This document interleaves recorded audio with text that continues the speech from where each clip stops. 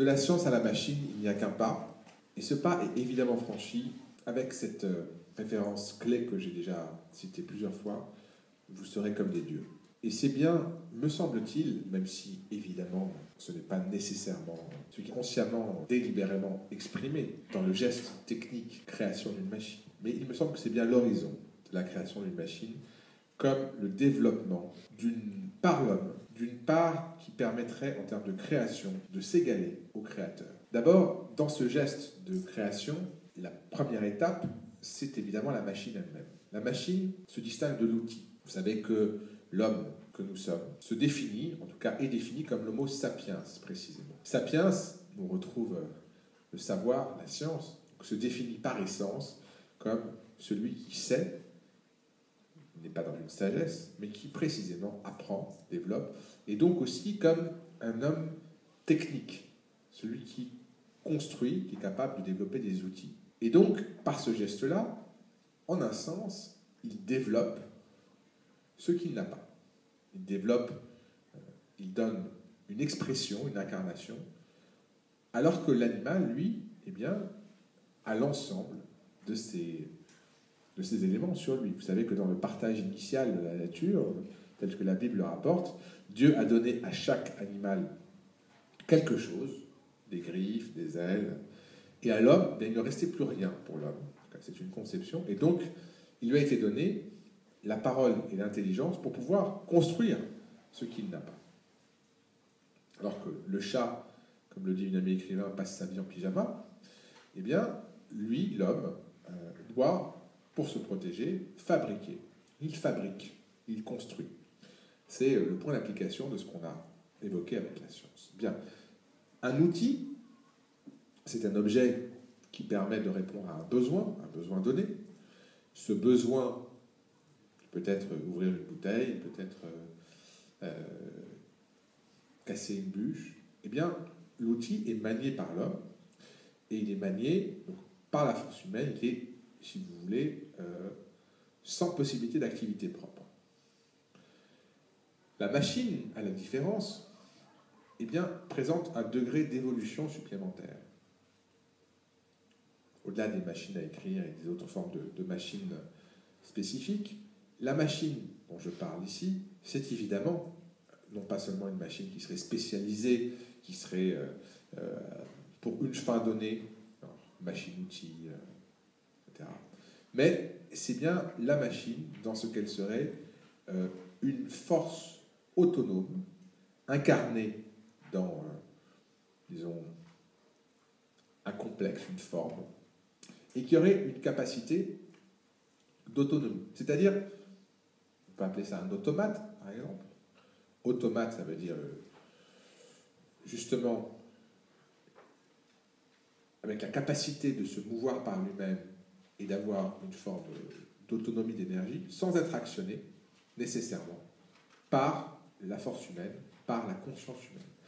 Donc ici, dans ce premier degré, si vous voulez, de création de la machine, au-delà des stades élémentaires, je parle d'une machine qui serait une machine précisément où l'homme tenterait de se reproduire autrement par la procréation en créant un objet muet d'une force autonome et qui permettrait de se rendre l'égal de Dieu, c'est-à-dire de créer à son image. Je ne parle pas là non plus des ordinateurs, des computers, voilà, je ne parle pas de ces machines-là. Ici, évidemment, ce serait un chantier en soi que de parler d'Internet. Je ne parle pas ici de ces machines-là. Je parle bien des machines qui vont être des machines à même d'incarner le rêve de l'homme, de créer, pas son semblable, mais comme Dieu a créé l'homme, si vous voulez, de créer ce qu'on pourra appeler un robot, un automate, en tout cas un miroir de lui-même qui pourrait dominer.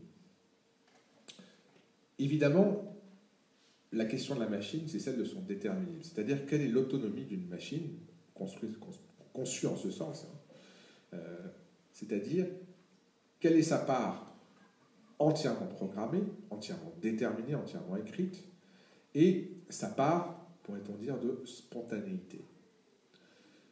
Autrement dit, qu'est-ce que serait une machine avec une conscience? Est-ce qu'il est possible d'imaginer une conscience? Est-ce que la conscience est ce qui caractérise seulement l'humanité? Est-ce que l'homme est capable de créer une machine tellement complexe qu'elle serait comme lui, ou même peut-être une amélioration de ce qu'il est?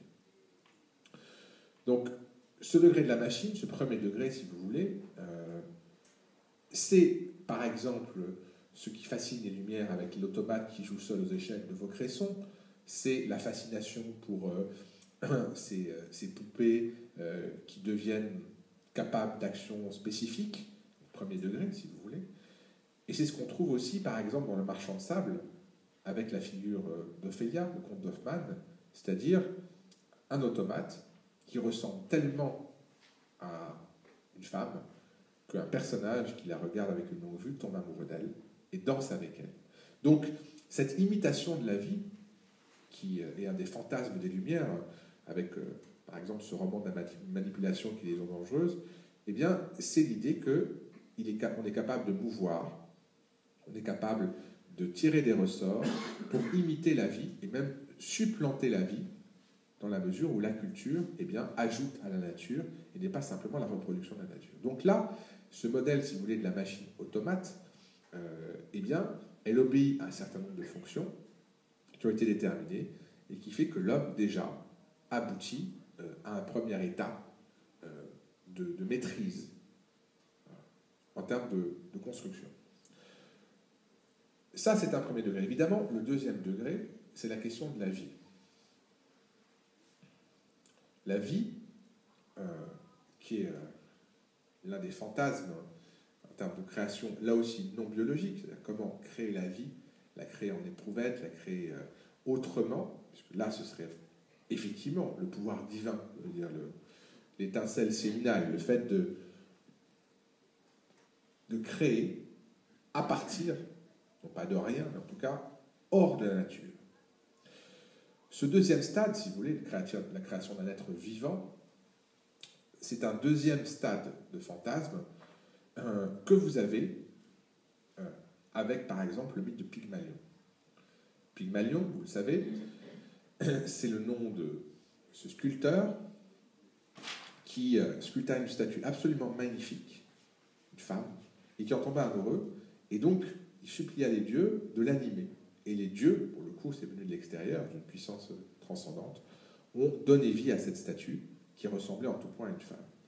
Et Pygmalion a appris tout, donc a été littéralement plus qu'un père, mais comme un dieu, à cette statue. C'est cette idée de Pygmalion qu'on retrouve dans la pièce d'ailleurs du même nom de Bernard Shaw, Pygmalion, l'idée qu'un professeur qui apprend à parler, d'accord, à prononcer Higgins, eh bien, va apprendre à une fille des rues, vous savez qu'en anglais, la manière dont vous parlez dit votre classe sociale, votre origine, votre lieu, etc., de naissance. Donc, il va apprendre à une fille des rues à parler comme une lady. Et donc, il va, à partir de ce mime, si vous voulez, d'une autre identité, la faire passer dans son milieu pour une grande dame. Cette idée-là, ça veut dire que quelqu'un, un être humain, a le pouvoir de façonner, si je prends le mythe originel, la matière, et cette matière, que ce soit en appelant de ses voeux puissance divine ou autre chose, ou la science, d'insuffler la vie, c'est ce qu'on peut appeler le mythe de Pygmalion, avec toute l'idée de supériorité et de puissance divine qui consiste à façonner cet être. Eh bien, vous l'avez exprimé dans un versant qui serait, si vous voulez dire, si on peut dire, terrifiant, avec Frankenstein. Frankenstein, vous savez, ce roman de Mary Shelley qu'elle écrit à 18 ans, elle en a l'idée par Une nuit d'orage avec Byron, donc on est au début du 19e siècle, un roman romantique, et ce roman, comme vous le savez, raconte l'histoire d'un savant qui s'appelle Frankenstein, Victor Frankenstein, qui, à partir de cadavres, à partir de membres, va assembler une créature, la créature de Frankenstein. On pense parfois que Frankenstein est le monstre, mais c'est le nom du savant. Il va assembler cette créature et, à partir de la foudre et des mystères de découverte scientifique, animer cette créature et lui donner la vie. Donc là, on n'est pas dans la machine, certes, mais il est indispensable de faire introduire à la question de la vie, vous allez voir pourquoi, pour que précisément on aille jusqu'au bout de cette utopie-là. Évidemment, vous connaissez tous l'histoire de Frankenstein, donc je ne vais pas l'étendre trop, mais évidemment, la créature échappe à son créateur. Elle échappe à son créateur et, de surcroît, elle dépasse à la fois les espérances et surtout les limites de ce qu'il pouvait imaginer. Parce que cette créature revendique une humanité. Elle revendique d'abord un droit à l'existence, une reconnaissance de cette figure paternelle qu'est Frankenstein, et elle fait l'apprentissage du monde, y compris l'apprentissage du sublime, puisque, lorsque la créature se trouve dans les Alpes, elle voit les montagnes, et elle sent ce qu'est le sublime, elle sent la transcendance, elle est en quelque sorte amenée à ce qui est une des dimensions supérieures de l'humanité, ça veut dire ce sentiment d'un dépassement de soi. Au point même que la créature, on vient à réclamer à son créateur, après avoir appris à la fois sa monstruosité, sa singularité et aussi une partie des usages du monde, se cacher, lire, etc., eh bien, elle demande à son créateur une femme. C'est-à-dire de ne pas être seule, et donc d'avoir elle aussi droit à partager, ce qui est un des fondements de l'humanité. Là, on revient aussi à la Genèse, il n'est pas bon que l'homme soit seul, dit Dieu, et donc la création d'une compagne. On voit bien qu'on a ici un reflet dans un étang boueux de cette genèse, de cette création de l'homme par Dieu, avec ce ratage qui est la création d'un monstre qui échappe à son créateur et dont le créateur n'est pas capable d'assumer la paternité, au point que le monstre se retourne contre le créateur, et comme le créateur refuse de donner une compagne au monstre, eh bien le monstre tue la compagne du créateur. Donc c'est une puissance de destruction ici qui fait que cette création de la vie est un échec dans le mythe de Frankenstein. Elle est un succès au sens où elle advient, mais elle est un échec parce que cette vie n'est pas une vie, si vous voulez, une vie qui va dans le sens d'un épanouissement et dans le sens d'une perpétuation. Au contraire, elle aboutit à une destruction, une autodestruction. Donc ça, c'est un deuxième stade, si vous voulez. Et puis, il y a un troisième stade qui, en fait, a déjà été en partie pointé avec le deuxième. C'est non seulement la création de la vie, mais, et c'est ce à quoi, pour le coup, Frankenstein ne s'attendait pas, la création d'une âme. Vous savez que pour Aristote, on en revient toujours à Aristote, pour Aristote, la vie et l'âme sont une seule et même chose. Dans son traité qui s'appelle Péripsyché, donc De Anima, de l'âme, eh bien, Aristote dit que l'âme, c'est la vie. C'est la puissance vitale qui coule dans l'être et qui lui permet de s'animer, c'est-à-dire précisément d'être en vie, de bouger et de répondre aux fonctions qui sont les différentes fonctions organiques, c'est-à-dire croître et se nourrir, se mouvoir, et puis le troisième stade qui distingue l'homme des stades végétal et animal, eh bien, la conscience et justement le développement. Donc, ici, on a avec cette notion d'âme autre chose qui en fait n'est pas seulement la vie, et ce qui est venu au monstre de Frankenstein de surcroît, mais la conscience. Et l'une des questions qui est posée évidemment par l'utopie de la machine, dans ce geste, si vous voulez, démiurgique de l'homme, de se faire l'égal d'un Dieu, c'est comment créer un être doué de conscience, comment créer un être qui pourrait, et là on revient à la question, si vous voulez, de savoir ce qu'une machine sait, ne sait pas, un être qui serait capable d'avoir le degré de conscience d'un être humain. Autrement dit, comment est-ce que l'homme peut créer un homme et être un Dieu pour une autre créature. Donc ce troisième degré, la conscience de la machine, cette question qui est évidemment au cœur de très nombreuses œuvres de science-fiction, d'anticipation, que vous avez dans des romans, dans des films, est-ce qu'une machine pense vous avez par exemple la nouvelle d'Isaac Asimov, qui est même un roman d'ailleurs, qui en anglais s'appelle « Est-ce que les androïdes rêvent de moutons électroniques ?» qui traduit en français sous le titre de Blade Runner. Eh bien, vous avez cette question de savoir si une machine peut dépasser son déterminisme, si vous voulez, de mécanisme, pour atteindre un autre degré qui serait sinon la vie, du moins un état de conscience. Et donc la question qui se pose, c'est la question centrale, évidemment, de la machine, dans cette utopie, ça veut dire cette machine limite, je ne parle encore une fois pas des machines élémentaires, mais c'est la question de l'humanité. Ce qu'interroge la machine, et c'est pour cela que je voulais terminer par l'utopie de la machine, c'est l'humanité dans son fondement. Ce point limite où l'homme démiurgique, eh bien, a créé une chose qui pourrait le dépasser et qui pourrait, en un sens, lui conférer un statut, j'allais dire, utopique. Donc, vous voyez dans ces premiers moments de réflexion que l'ambition est portée de plus en plus haute, et dans cette question de la conscience, de l'âme, eh bien, c'est vraiment le pouvoir divin de l'homme qui se manifeste. Alors, là, j'ai posé simplement 3 premiers enjeux, et je vais rapidement sur ce premier moment parce que je voudrais explorer maintenant différents stades où précisément l'humanité est mise en question et questionnée au sein de machines, d'êtres, appelons-les comme on veut, d'androïdes, d'automates, etc.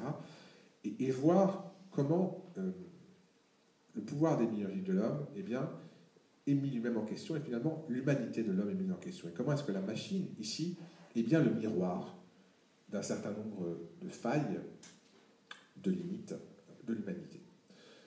Alors, le premier degré, si vous voulez, de ce rapport entre l'homme et la machine, c'est évidemment le degré où la machine se voit considérée comme inférieure à l'être humain, donc comme une non-humanité, si vous voulez, comme inférieure, et finalement comme une sorte d'outil maximal. Voilà. C'est la machine, j'allais dire la machine-outil, c'est l'esclave, c'est un instrument au service de l'homme.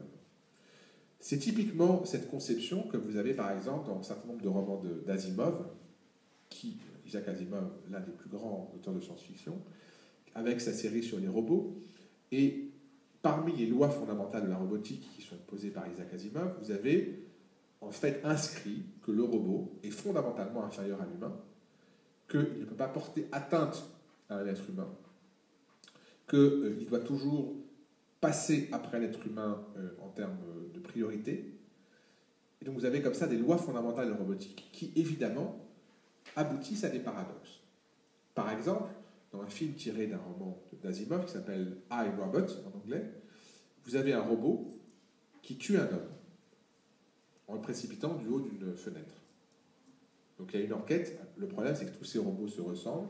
Et donc vous avez l'enquête qui est menée par un personnage incarné à l'écran par Will Smith. Et il fait une enquête, il arrive dans une espèce d'immense hangar, enfin immense bureau, et vous avez tous ces robots qui sont alignés avec un visage humain, qui sont alignés, qui sont en train d'attendre. Et cet inspecteur enquête pour essayer de trouver lequel d'entre eux, parce qu'il est certain que c'est un robot qui a commis ce crime, lequel a précipité le maître du haut du bâtiment. Et puis on voit un des robots qui s'enfuit, on comprend que c'est lui, et la traque commence pour récupérer ce robot. Et en fait, comment est-il possible que des êtres programmés, des robots programmés pour ne pas porter atteinte à l'être humain, faire passer leur existence après celle des êtres humains, toujours obéir aux êtres humains, tuent un être humain? C'est absolument contradictoire avec le programme. Quelque chose qui a échappé. Et là où évidemment où on entre dans des paradoxes typiques de la science-fiction, qui sont évidemment un des lieux de prédilection pour penser l'utopie, c'est qu'il s'avère dans le film, je suis navré, je vais être obligé d'avoir un certain nombre de spoilers, mais c'est inévitable pour que je puisse vous exposer les enjeux. Sinon malheureusement, je ne peux pas raisonner avec vous. Eh bien, il s'avère dans ce film que ce robot a agi sur l'ordre de cet homme qui s'est suicidé. Et que cet homme a demandé au robot, en lui prouvant qu'il était plus pénible pour lui de vivre que de mourir. Et donc le robot, obéissant à son programme, a reconnu que cet homme devait mourir et donc l'a tué, ce qui est en fait un suicide par personne interposée. Donc en fait, si vous voulez, dans cette conception d'un robot instrument, un robot esclave, qui se voit dénier l'humanité, eh bien, il s'avère que là où on interroge la question même de l'humanité, c'est que cette figure du robot renvoie l'homme à ses propres contradictions, c'est-à-dire sur la pulsion de destruction, sur, évidemment, puisque dans ces cas-là, le robot obéit à un programme déterminé par l'homme, sur les contradictions également de la survie, de la préservation de l'espèce, et finalement de ce qu'est essentiellement le bien, le mal, et ce qu'est l'humanité. Donc, ce premier degré, si vous voulez, ce degré de l'esclave, j'allais dire, de l'instrument, même si il instaure une inégalité essentielle entre le robot et l'être humain, aboutit parfois à mettre en question même l'humanité, parce qu'on voit le robot pris dans les contradictions, telles que je viens de le montrer, même des êtres humains.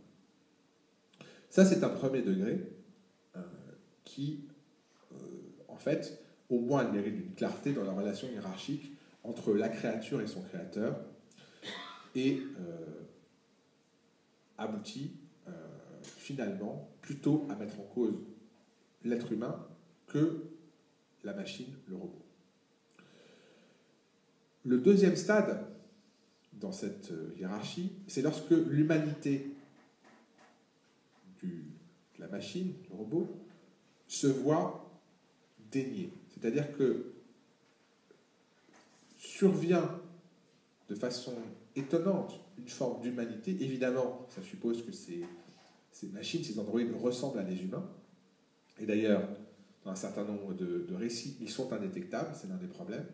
Ils ressemblent parfaitement à des humains. Donc, l'homme a réussi, si vous voulez, en un sens, son rêve de créer des créatures à son image, comme Dieu l'a fait pour lui, et de créer des humains apparents. En fait, ce sont des machines. Et donc, ces machines en viennent à une revendication d'une humanité, au nom d'une conscience, au nom d'une sensibilité, et se voient dénier cette humanité par les êtres humains. Là, en un sens, ce qui se passait un petit peu pour Frankenstein, mais Frankenstein, ici il s'agit d'un monstre assemblé, mais il y a un exemple encore plus probant, c'est précisément Blade Runner, que j'ai cité à l'instant, puisque Blade Runner, c'est exactement l'histoire de ces créatures qui sont des androïdes, créées par l'homme, qui sont censés effectuer des travaux extrêmement difficiles sur la Lune, sur des planètes dans des conditions terribles. C'est pour ça qu'ils ont été créés. Ils ressemblent en tout point à des êtres humains, mais dans leur infinie sagesse, les savants leur ont donné une durée de vie limitée, quelques années, pour les contrôler, pour éviter, eh bien, justement, ce qui survient, c'est-à-dire une rébellion. C'est-à-dire que certaines de ces créatures s'évadent d'une des mines avec un chef, reviennent sur Terre, se cachent et veulent simplement vivre et exister. Mais qu'est-ce que vivre pour une machine? Donc ils se fondent dans la société des hommes, se déguisent, et l'enquêteur, qui est joué dans le film par Harrison Ford, a une mission, c'est que précisément il doit dépister, reconnaître ces machines, ces robots, des êtres humains. Ce qui pose la question de savoir ce qu'est un être humain, ce qui définit un être humain. Parce que ces machines, apparemment, répondent, ont un à-propos, etc. Et donc, il y a une série de tests que fait passer cet enquêteur pour déterminer, en fait, ce qu'est l'humanité. Est-ce que ces machines sont humaines ou est-ce que ce sont des machines? Et parmi ces tests, il y a des tests à la peur, à l'émotion, à l'empathie, essayer de tester les émotions pour voir eh bien, ce qui serait le cœur de l'humanité, ça veut dire la capacité à ressentir, à s'émouvoir, et distinguer ce qui ne serait pas humain. Ce qui est très passionnant, en particulier ce film que je vous invite à voir ou à revoir si vous ne l'avez pas déjà vu, c'est un vrai chef-d'œuvre, c'est que le paradoxe de cela, c'est que ces machines qui sont traquées comme des bêtes, qui se font tirer dessus en pleine rue, apparaissent comme une mise en question de l'humanité de ceux qui les pourchassent, autrement dit des humains. C'est-à-dire qu'il semble à un moment donné qu'elles ont davantage d'humanité que ce système de prédateurs qui a instauré, si vous voulez, l'exploitation organisée à partir de machines qui leur ressemblent et qui ont en effet une conscience, des émotions. On voit certains pleurent et surtout, et là c'est un des moments les plus émouvants, une conscience de leur mortalité. C'est-à-dire qu'à un moment, le chef de ces androïdes demande à aller voir le savant, le créateur, et dit « Je veux voir mon créateur, je veux le confronter ». Et il va voir son créateur, et lui demande « Pourquoi m'as-tu rendu mortel ? Pourquoi j'ai si peu à vivre ? Pourquoi est-ce que je ne peux pas simplement vivre ?» Et là, il y a une parole du créateur qui est une parole d'autosatisfaction, qui est une parole finalement d'un Dieu complaisant. Et le dialogue est très bref, puisque cette créature, qui est confrontée à sa limitation, qui est confrontée à une espèce de rage, tue son créateur.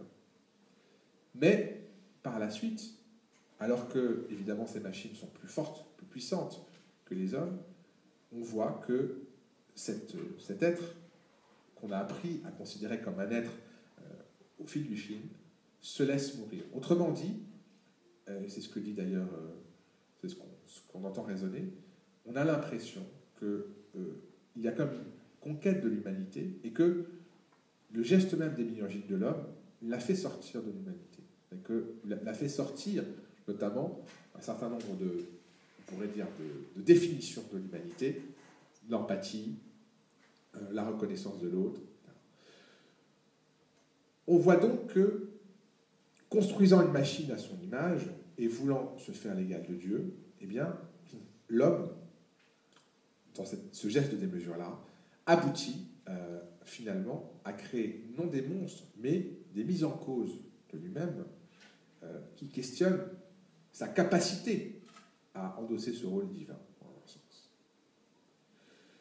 C'est donc un deuxième stade que j'appellerais l'humanité dénuée.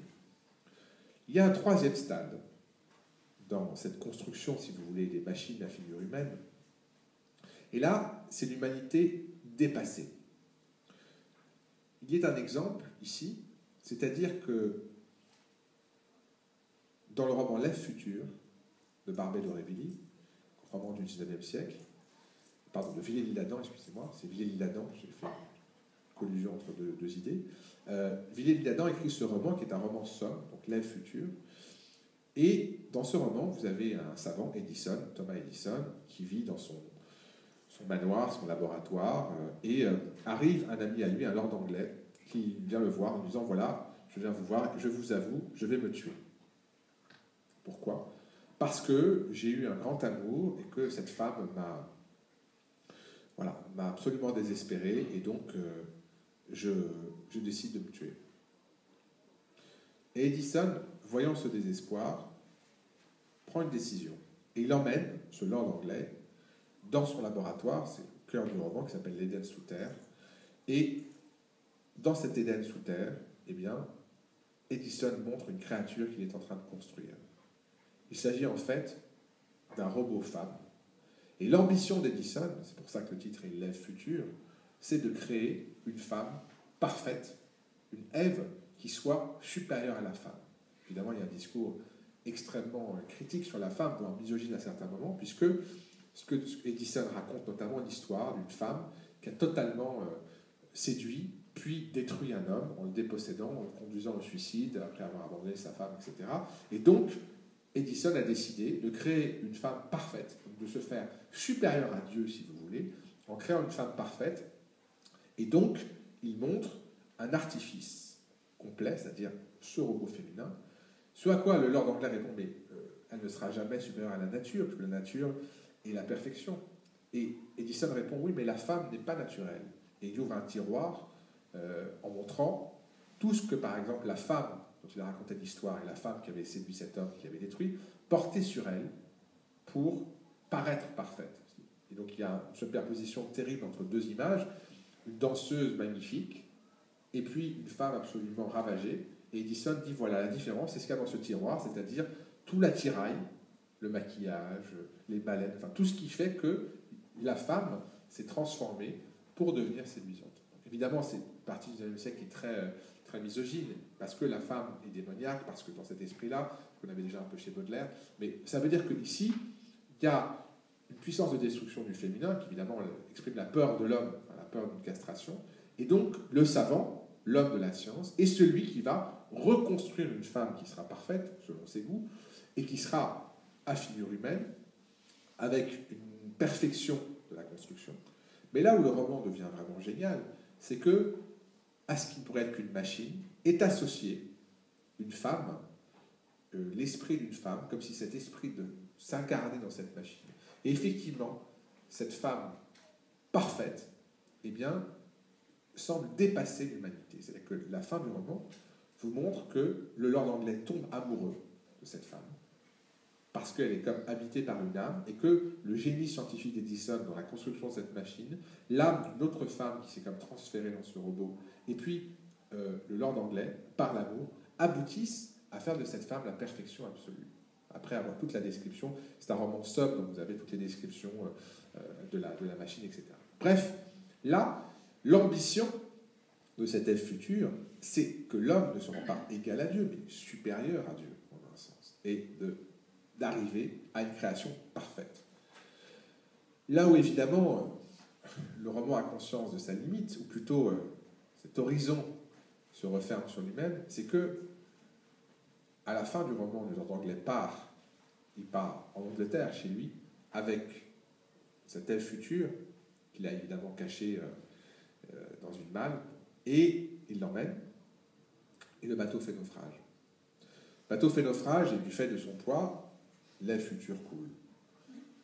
Et donc, le lord anglais écrit « Je vais me tuer, mais cette fois-ci, sachez bien que ce n'est pas l'ancienne que je regrette, c'est la nouvelle Ève que j'ai perdue. » Comme si Villèle-l'Isle-Adam, grand écrivain, avait conscience, dans son projet même, que, eh bien, il y a une impossibilité, si vous voulez, une impossibilité au-delà du fantasme, de la perfection recréée et de la science supérieure à la nature et de l'homme supérieur à Dieu, etc. Eh bien, en fait, il n'y a pas d'avènement possible au-delà du fantasme. Donc, ici, on est bien dans un fantasme de la machine parfaite que vous allez retrouver, hein, c'est ce type de la femme androïde qui est capable de séduire. Vous le retrouvez par exemple dans Metropolis, où vous avez un robot, une femme robot, qui va prendre la place d'une révolutionnaire, qui va être capable de diriger des foules. Bref, cette question-là, d'une humanité dépassée, c'est un fil, et c'est un fil qui montre, cette fois-ci, l'arrachement de l'homme à la nature pour aller vers une forme d'artifice absolu, de construction absolue, et donc comme si la machine était un stade supérieur de l'humanité, peut-être l'avenir de l'humanité. Et vous avez cette notion-là dans l'humanité augmentée, les prothèses, le développement de l'humain par... Vous avez évidemment cette idée aussi, de façon partielle, dans des figures comme l'homme qui valait 3 milliards avec des parties qui sont des parties mécaniques ou des parties... Donc cette idée que finalement que l'homme intègre des éléments de machine en lui, mais il reste humain. Vous avez aussi cela évidemment dans des figures comme par exemple la figure de Robocop, qui est une figure où on a gardé un cerveau d'humain et on a mis le reste de machine. Bref, dans un mélange. Mais là, pour le coup, il restait une part d'humain et auquel a été intégrée une machine. La particularité de la future, c'est pour ça que je prends cet exemple plutôt que d'autres, c'est que ici, à part l'âme, si j'ose dire, de cette femme, eh bien, tout est machine, et la machine a dépassé l'humanité. Si bien que, et c'est le quatrième stade, il peut sembler que le problème ne soit plus la machine, mais l'humanité elle-même. Et donc, là, c'est l'humanité dangereuse, pourrait-on dire, qu'on trouve dans un certain nombre d'œuvres de science-fiction et d'anticipation. Je pense ici, par exemple, à un film de science-fiction qui s'appelle « L'œil du mal ». Il s'agit d'une aventure policière, peu importe, mais le plus intéressant, c'est qu'à un moment donné, on comprend que un meurtre a été commis par une machine. Et cette machine, eh bien, c'est une sorte de grande encyclopédie qui a la capacité de diriger les feux rouges, de diriger tout un ensemble d'opérations, et que, en fait, il s'agit d'un immense ordinateur, et que cet immense ordinateur, on lui a donné une mission, qui est de protéger la Constitution des États-Unis et de protéger la loi, y compris contre les humains eux-mêmes. Et donc, la machine, en un sens, est devenue folle, si vous voulez, et elle considère que désormais, le danger, c'est l'homme. Et donc, alors qu'elle a été programmée pour protéger l'homme, eh bien, elle considère que le danger de l'humanité même, c'est l'homme en soi. Ce que vous avez aussi d'ailleurs, par exemple, dans un film comme les Avengers, où vous avez une sorte de réseau de machines, une sorte de réseau Internet qui prend conscience que le danger pour l'espèce, c'est l'homme lui-même. Et qui donc enfin, l'homme en l'occurrence, ces super-héros qui sont dangereux pour l'humanité. Bref, ici, dans les deux cas, le point commun, c'est que la machine qui est chargée par l'homme d'une mission de protection de l'homme en vient à considérer que l'homme est le principal ennemi de l'homme. Et donc à vouloir éradiquer ou bloquer l'homme. Donc ici, la remise en cause effectuée par la machine, c'est bien le danger que représente l'humanité envers elle-même. Si bien qu'on en arrive ici à un cinquième degré, où on voit que l'utopie de la machine aboutit à un point limite, c'est que la machine détruit l'homme.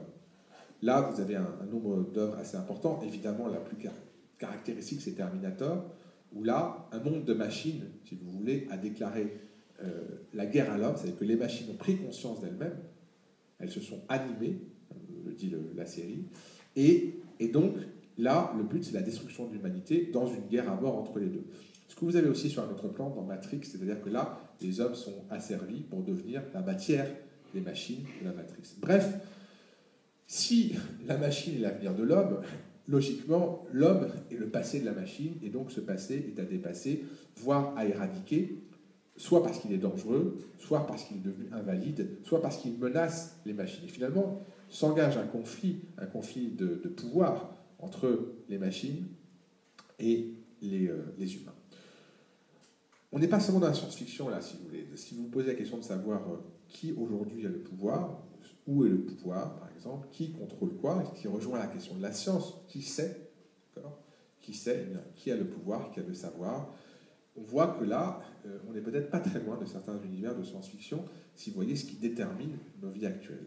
Donc, on n'en est pas là, naturellement. Mais on voit bien que dans ces utopies de la machine, on est passé d'une idée d'une créature utile, si vous voulez, à la fois dans le narcissisme humain de créer et de se considérer divin, mais aussi de créer des extensions de son pouvoir. Vous avez parfois, par exemple, ces figures de robots, il y a un film comme ça, vous avez des humains à l'intérieur d'immenses robots, comme c'est bien la figuration, si vous voulez, du développement de la puissance humaine avec la machine. Ils ont évidemment des figures humaines. Bon.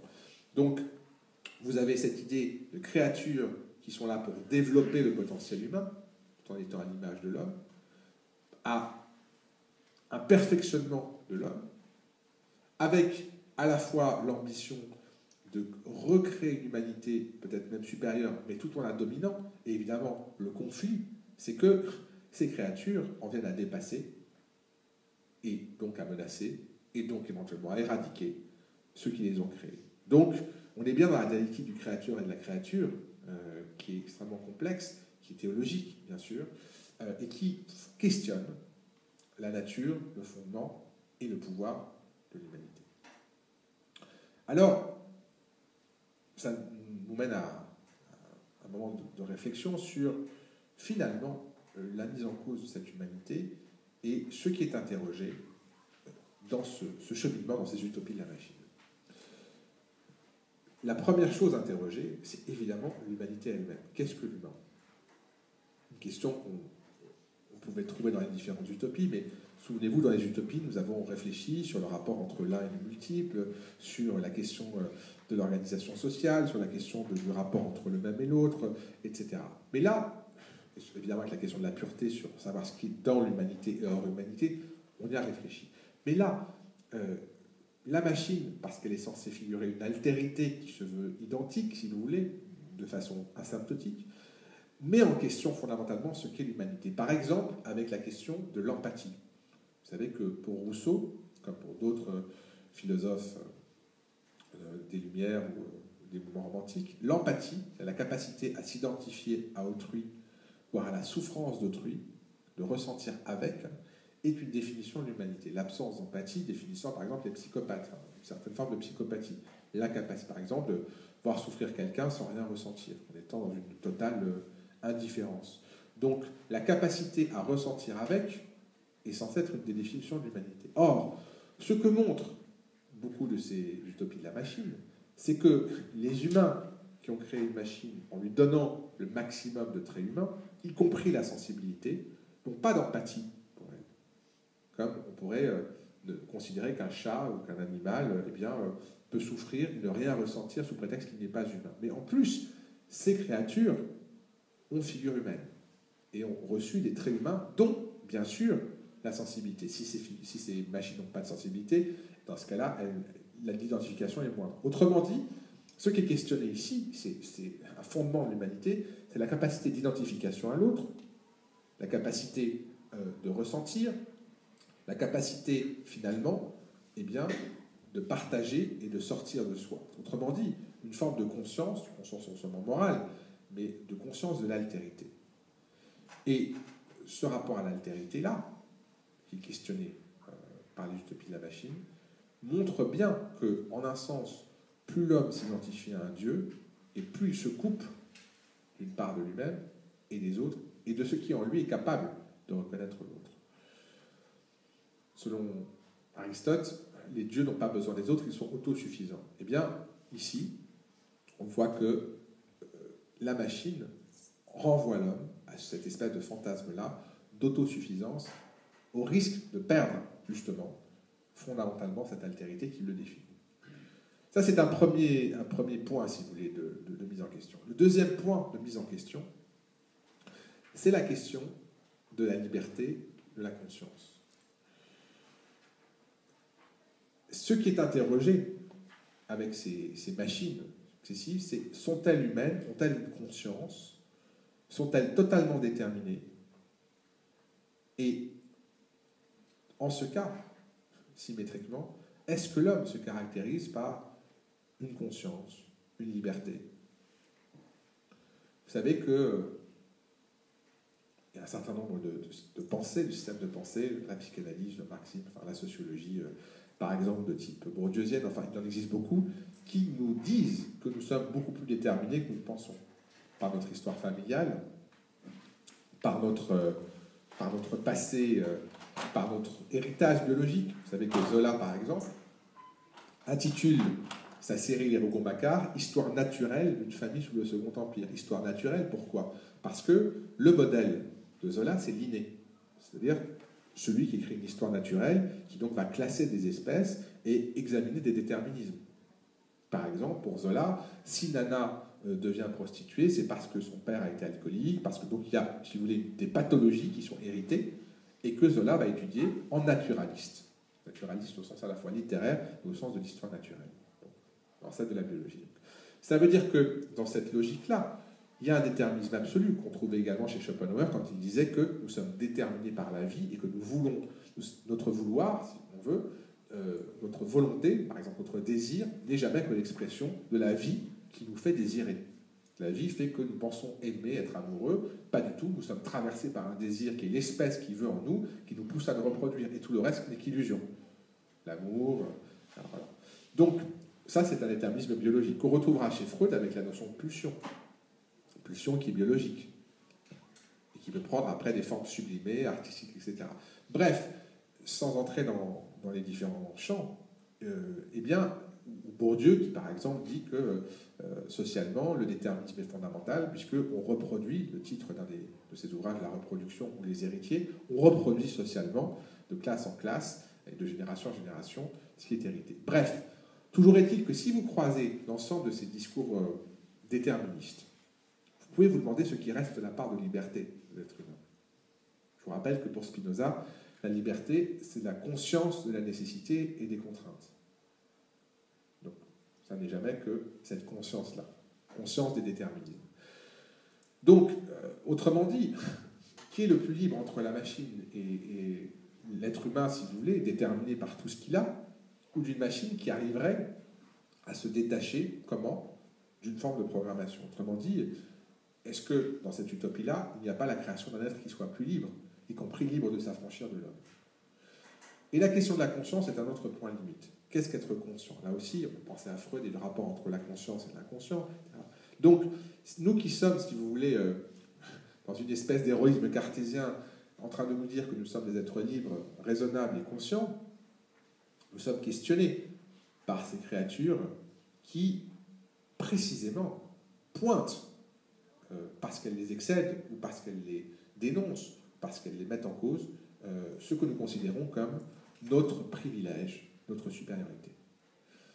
C'est pour ça que je vais terminer par un exemple d'un film qui est sorti la semaine dernière, qui s'appelle Ex Machina, qui est un excellent film de science-fiction. Et je vous prie de m'excuser parce que je suis obligé de vous le raconter pour aller jusqu'au bout du raisonnement. Ce film raconte l'histoire suivante. Un homme qui est devant son ordinateur reçoit une annonce, il a gagné une loterie. Et une loterie apparemment extrêmement prestigieuse. Et donc, de quoi s'agit-il? Eh bien, il est emmené par hélicoptère dans un domaine complètement reculé, une maison perdue au milieu de la forêt, et on apprend que cette maison, par laquelle on entre de façon automatique par une carte, etc., extrêmement high-tech tout en étant en bois, est en fait la maison d'un multimilliardaire qui est une sorte, si vous voulez, de mélange entre Bill Gates et autres, qui a révolutionné Internet, et qui donc est un génie de l'informatique, un génie d'Internet, etc. Et ce scientifique, ambivalent, a fait venir ce jeune homme, qui est lui-même aussi un programmateur d'abstraction, etc., donc un informaticien, parce qu'il est en train de construire un robot. Et en fait, il l'a fait venir parce qu'il veut tester si ce robot a une conscience ou pas. Si ce robot a une conscience, ça voudra dire qu'il a réussi à créer un être surhumain, si on veut. Et c'est l'enjeu du film de savoir si ce robot a une conscience. Or, ce robot est un robot féminin. Et pour qu'il soit évident que c'est un robot, le scientifique lui a laissé des parties qui sont des parties manifestement électroniques. C'est-à-dire qu'on voit des membres de fer, etc. On voit très bien. Elle n'est pas comme Blade Runner ou d'autres films, elle n'est pas totalement identique à un être humain. Il lui reste manifestement des parts de robot pour que l'illusion n'existe pas. Elle a un visage humain, des mains humaines, mais le reste est androïde. Et le film est composé d'une succession de séquences, de discussions entre le testeur, pourrait-on dire, et puis le savant, et puis des sessions entre ce robot qui s'appelle Ava, comme par hasard, Ava comme l'élève futur, et le testeur, à travers une glace. Il s'avère que ce robot, un visage assez séduisant, ne peut pas sortir, et que donc, il y a des interactions, et il parle, et à mesure que les conversations avancent, il s'avère que ce robot a toutes les aptitudes humaines apparentes. Ça veut dire la capacité de dialogue, le sourire, de s'émouvoir. Donc, évidemment, ce qui pouvait être prévisible arrive, c'est-à-dire que l'homme tombe amoureux de ce robot. On finit par oublier d'ailleurs. Et de surcroît, Ava prévient, en déclenchant des pannes d'électricité, elle prévient le jeune homme que, en fait, le scientifique est dangereux, qu'il est en train de mentir sur tout, et que ça va très mal se terminer. Si bien que cet homme décide de faire s'échapper ce robot qui est enfermé pour le sauver, parce qu'il apprend que si jamais le robot échoue à dire qu'il est autonome, qu'il a une conscience, il sera détruit, il sera effacé. Et comme l'homme s'est attaché à ce robot, il veut la sauver et l'emmener.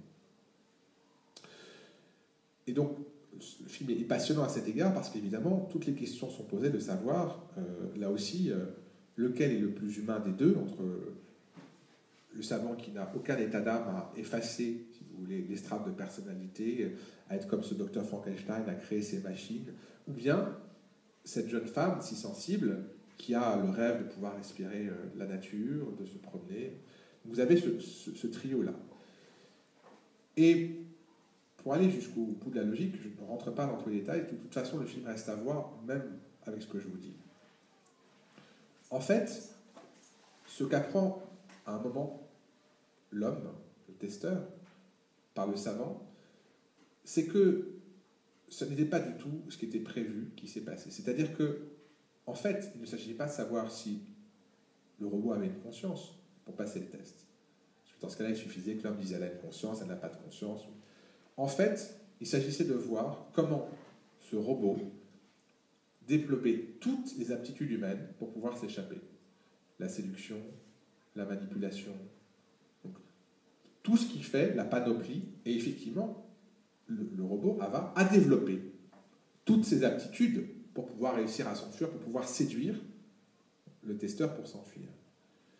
Et là, c'est là que le film est vraiment, à mon avis, extrêmement élaboré. On est au 5e niveau. Lorsque le savant dit à l'homme « mais tu es tombé amoureux d'elle », donc il y a plusieurs hypothèses.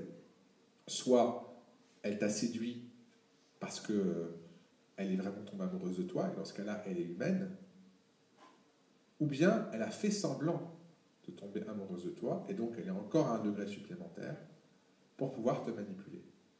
Ce que ne croit pas évidemment l'homme, qui pense que le savant lui-même le manipule. Bref, toujours est-il qu'au bout du compte, pour arriver à la conclusion, il s'avère que par une série de rebondissements, eh bien, ce personnage, Ava, réussit à sortir, après avoir tué le savant, et elle abandonne l'homme enfermé dans cette maison. Elle sort, après s'être revêtue d'éléments qui fait qu'elle devient maintenant totalement humaine, et c'est pour ça d'ailleurs que, à mon avis, que le film s'appelle Ex Machina. Vous savez que c'est dans l'expression Deus Ex Machina.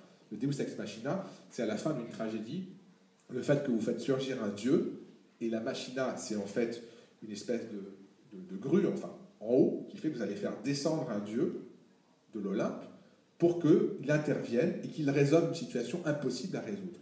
Un dieu qui sort de la machine. D'où l'expression qu'on retrouve chez Molière quand, à la fin de l'Avare, il y a un marin qui arrive en disant c'est la fille perdue, etc. Donc c'est absolument irréaliste, mais c'est une solution qui vient du ciel littéralement. Or là, si vous voulez, la machine réussit à sortir dans le monde, elle devient complètement, si vous voulez, fondue après avoir abandonné, tué son créateur et avoir abandonné un humain qu'elle a utilisé comme un moyen en le manipulant. Donc là, la machine a dépassé, si vous voulez, à la fois en imitation de l'humanité et en capacité d'adaptation, etc. Elle a dépassé. Et donc on a bien la machine qui est sortie et qui finalement est devenue elle-même divine. En un sens, parce qu'elle a réussi à surmonter le créateur. C'est pour ça que je vous raconte cette histoire en la commentant, parce que pour moi, c'est l'exemple le plus récent que je vous donne, il date d'il y a 8 jours, ici, vous avez à mon sens le point limite, c'est-à-dire que non seulement, comme dans l'âge futur, une machine séduit un humain, non seulement, comme dans Terminator et tant d'autres films, une machine supplante et tue des humains, mais là, en quelque sorte, elle est capable de manipuler avec les éléments humains, avec tous les atours des attirails humains, elle est capable de supplanter sur son terrain même l'humanité. Et donc là, on a bien une sorte d'horizon, si vous voulez, de cette utopie de la machine. C'est une machine qui serait imbattable, puisqu'elle aurait à la fois les avantages de l'humain et de la machine. Qu'elle serait en plus avec une chose que l'humain n'a pas, sauf panne électrique, la capacité du temps, c'est-à-dire de ne pas être tenu par la mortalité. Donc, je termine par cet exemple parce que on est ici à un point d'aboutissement. Ça veut dire que si une des questions qui se posent depuis les premiers mythes, c'est bien qu'est-ce que l'homme? Et si la réponse, comme le dit le Sphinx, c'est l'homme, la réponse, l'énigme du Sphinx, l'animal qui le matin a 4 pieds, à midi 2 pieds et le soir 3, si la réponse c'est l'homme, comme le dit Sartre aussi, la réponse est toujours l'homme, là, la question est devenue l'homme. Et l'homme est mis en question au sens même où il a prétendu dépasser complètement la nature, être, dans le geste démiurgique, une construction qui en vient à le supplanter. Au fond, on arrive à une des premières choses que je vous ai dites, qui est le rapport entre l'utopie et la mort. Est-ce qu'avec l'utopie, je n'ai pas dit l'idéal, j'ai bien dit l'utopie, je ne suis pas en train de faire la critique de l'idéal, mais dans l'utopie, si vous voulez, comme idée d'une perfection qui soit réalisée, qui ne soit pas réalisée en art, parce qu'évidemment, que la perfection soit un modèle en art, que l'harmonie, par exemple, que la pureté soit des modèles, des idéaux en art, c'est une chose. Mais nous avons parlé ici de société, de politique, non pas, si vous voulez, de modèle esthétique où on peut chercher ses qualités, la liberté, etc. Mais dans le monde humain, dans la société humaine, avec ses complexités, sans être dans un idéal et sans être dans une quête, mais en étant dans une utopie, c'est-à-dire dans une radicalité logique, une idée, eh bien, on retrouve avec cette utopie de la machine le fait qu'on aboutit finalement à la destruction de l'homme dans sa complexité, dans son humanité, dans ses paradoxes aussi. Alors, je voulais en arriver à ce point-là parce que il me semble que, notamment parce que la machine est dans ce rapport d'identification à l'homme, tel qu'on l'a décrite, un miroir de l'homme avec ses failles, eh bien on cristallise tout ce que nous disons depuis le début de ce cycle sur les utopies. Autrement dit, pour reprendre ce que j'avais dit, qui est le fameux mot de George Orwell, certaines utopies sont réalisables, la question est de savoir maintenant comment en empêcher la réalisation. Évidemment, c'était une critique à l'époque du stalinisme, ou des fascismes, mais surtout du stalinisme. Eh bien ici, la question, plutôt le problème, est de savoir que nous ne sommes pas dans une maîtrise d'un certain nombre des utopies qui nous traversent. Utopie de la science, utopie de la machine, avec les recherches que vous avez sur la génétique, avec, qui ne sont pas forcément dans de la machine, mais qui sont dans du biologique, les manipulations du vivant. On avait parlé de cette idée de pureté, mais voilà, la question est bien de savoir, par un travail de conscience, comment de l'utopie nous pouvons prendre ce qui nous paraît le meilleur en évitant, déjà simplement dans ce travail de réflexion et de conscience, ce qui amènerait à la destruction. Eh bien, j'espère qu'avec ces quelques pistes et avec ces quelques exemples, au moins, nous resterons des idéalistes et des rêveurs, mais que nous ferons attention à ne pas être des utopistes enragés. Je vous remercie.